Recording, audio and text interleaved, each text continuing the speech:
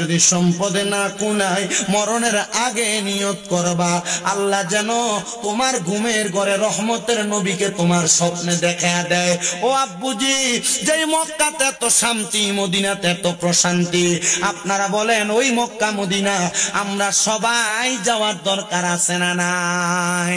যদি দরকার থাকে মোহাব্বতের আওয়াজে জোরে জোরে পড়েন, আরে দয়াল আল্লাহ দয়া করেন, দয়া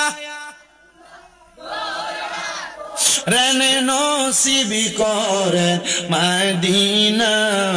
লা ইলাহা ইল্লাল্লাহু লা ইলাহা ইল্লাল্লাহু লা ইলাহা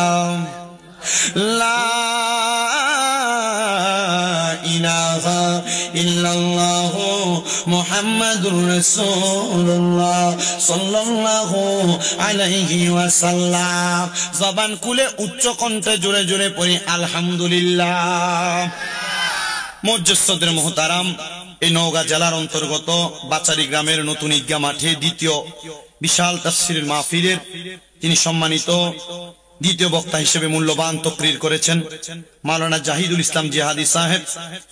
তকরির করেছেন মাহফিলের আমন্ত্রিত সকল ওলামায়ে কেরাম, বিশেষ করে যিনি মাহফিলের সম্মানিত সভাপতি জনাব আলহাজ মোহাম্মদ আব্দুল মালিক সাহেব। উপস্থিত আছেন সম্মানিত সহ সভাপতি বৃন্দ, সম্মানিত প্রধান অতিথি যিনি নওগাঁ জেলা মোটর শ্রমিক ইউনিয়নের কোষাধ্যক্ষ জনাব মোহাম্মদ নাজমুল হোসেন আমজাদ সাহেব, সম্মানিত অতিথি জনাব মোহাম্মদ সারওয়ার কামাল চঞ্চল সাহেব, সম্মানিত অতিথি জনাব মোহাম্মদ তিতসিরিগেন সাহেব সহ বিশেষ অতিথিবৃন্দ, মাহফিল ইন্তেজামিয়া কমিটি, আমার ডাইনে বামের সামনে বসে থাকা আলেম সমাজ, দাড়ি পাকা মুরব্বী বাবারা, যুবক নওজোয়ান ভাইয়েরা, ছোট ছোট মাসুম বাচ্চারা, পর্দানশীন আমার মা ও বোনেরা, আপনারা যারা পর্দানশীন থেকে শুনছেন, বিশেষ করে রাস্তাঘাটে দোকানপাটে ঘোরাফেরা করছেন, আমরা আজকের জান্নাতের বাগান হচ্ছে সেই শুকর গুজার করে মহান মনিবের শুকরিয়া আদায় করে এক বাক্যে জোরে পড়ি আলহামদুলিল্লাহ। আমি কিন্তু শুকুর গুজার করার 10টা নিয়ামতের কথা বলতেছিলাম, আমি 7টা বলে আটকাইছি, 3টা বাকি রাখছি।